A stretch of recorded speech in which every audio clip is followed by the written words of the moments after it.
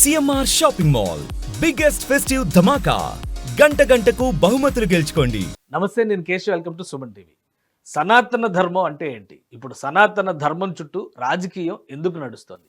AP deputy CM Pawan Kalyan చేసిన వ్యాఖ్యలు, దానికి కొనసాగింపుగా తమిళనాడు ఉప ముఖ్యమంత్రి తరఫున జరుగుతున్నటువంటి రాద్ధాంతం, ఇవన్నీ కలిపి ఒక కొత్త ప్రశ్నని లేవదీస్తున్నాయి. అసలు సనాతన ధర్మం అంటే ఏంటి?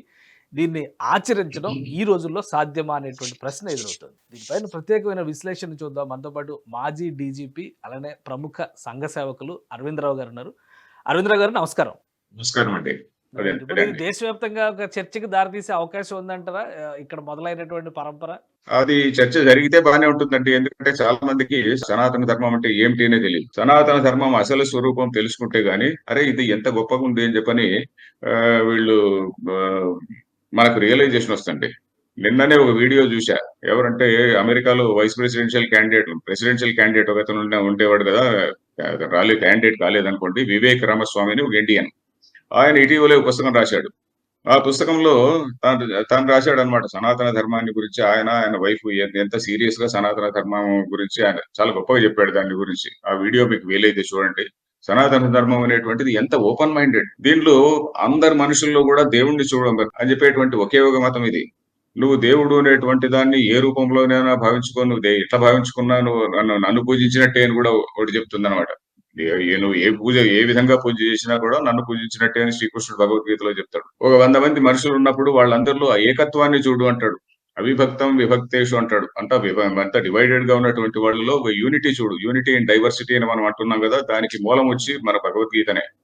తర్వాత మనం ఈ రోజు అయితే సెక్యులరిజం, ఇన్క్లూజివ్నెస్ ఇవన్నీ ఏవైతే ఉన్నాయో వీళ్ళన్నిటిని కూడా కలుపుకునేటువంటి తత్వము ఓన్లీ సనాతన ధర్మంలో ఉంది. సనాతన ధర్మం తప్ప ఇంకా ఏ రిలీజన్ కూడా మిగతా రిలీజన్స్ లో మేము వేరే వాళ్ళు. ఇప్పుడు మనం సనాతన ధర్మం పైన చేస్తున్నటువంటి ముఖ్యమైన విమర్శ ఈ అగ్రవర్ణాల వాళ్ళు మిగతా వాళ్ళని అడిచేశారు అనేటువంటి ఇది కదా. సో ఇది ఎంతవరకు ట్రూత్ ఉన్నది అనేది అది వేరే మాట. బట్ మిగతా మతాలు ఏం చేశాయి?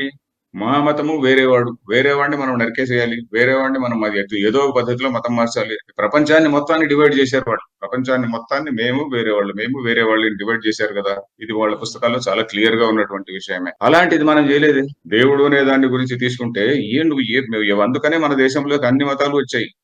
ఇప్పుడు మన సనాతన ధర్మం కూడా ఒకవేళ మిగతా వాళ్ళలాగా ఉండుంటే మిగతా ఏ ధర్మాలు ఇక్కడ ఈ దేశంలోకి వచ్చి ఉండేవి కాదు. వాళ్ళలాగా మనం తప్ప ఇంకెవరు ఉండడానికి వీల్లేదు అని ఉండుంటే గాని వీళ్ళ మతాధికారులు ఆ విధంగా ఉండుంటే అవి వచ్చేది కాదు. ఇప్పుడు కూడా మన మతాధికారులు చూడండి, మామూలుగా ఏదో వాళ్ళ పీఠాల్లో కూర్చొని తపస్సు చేసుకుంటుంటారు. వచ్చినోడికి ఏదో కొంచెం ప్రసాదం ఇస్తారు.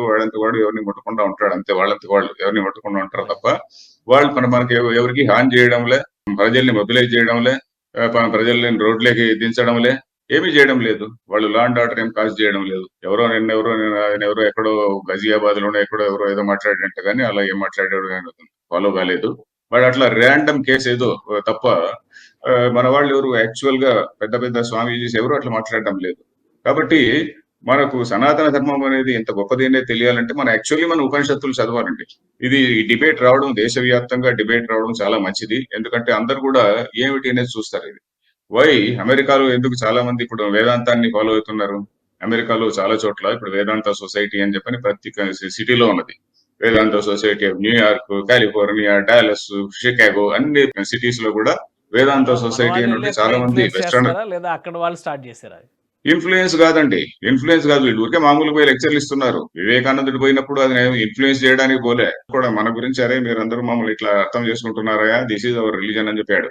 వివేకానందుడు వెళ్ళి అక్కడ చెప్పింది కేవలం ఉపనిషత్తుల్లో ఉన్న ఫిలాసఫీనే, అంతేగాని ఆయన మతం గురించి చెప్పలే. వైష్ణవ మతము, శైవ మతము, శివుడు ఎక్కడ ఉంటాడు, విష్ణువు ఏదో వైకుంఠంలో ఉంటాడు, ఇవన్నీ చెప్పలే. ఆయన చెప్పింది కేవలం ఉపనిషత్తుల ఫిలాసఫీనే.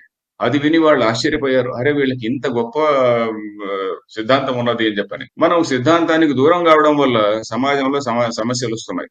ఇప్పుడు ఈ డిబేట్ రావడం వల్ల చాలా మంది మన సిద్ధాంతం ఏమిటి అని తెలుసుకొని, చాలా మంది అగ్రవర్ణాల వాళ్ళు కూడా కొంచెం సిగ్గు తెచ్చుకొని వీళ్ళు మిగతా వాళ్ళందరితో కూడా కలిసి ఉంటారు. మిగతా వాళ్ళని వీడు ఏమి వివక్ష అంటే వీడి పోయి తిట్టడంలే, కొట్టడంలే, ఏం లేదు. వీడు ఏదో కూర్చొని ఉన్నాడు. అలా కాకుండా సొసైటీగా ఇంటర్మిక్స్ అవుతుంది. అందరినీ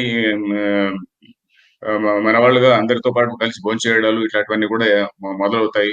నిజంగా మన హిందూ సమాజంలో సనాతన ధర్మం గురించి అజ్ఞానం వల్లనే మనకు ఉన్నటువంటి ప్రాబ్లమ్స్ అన్ని.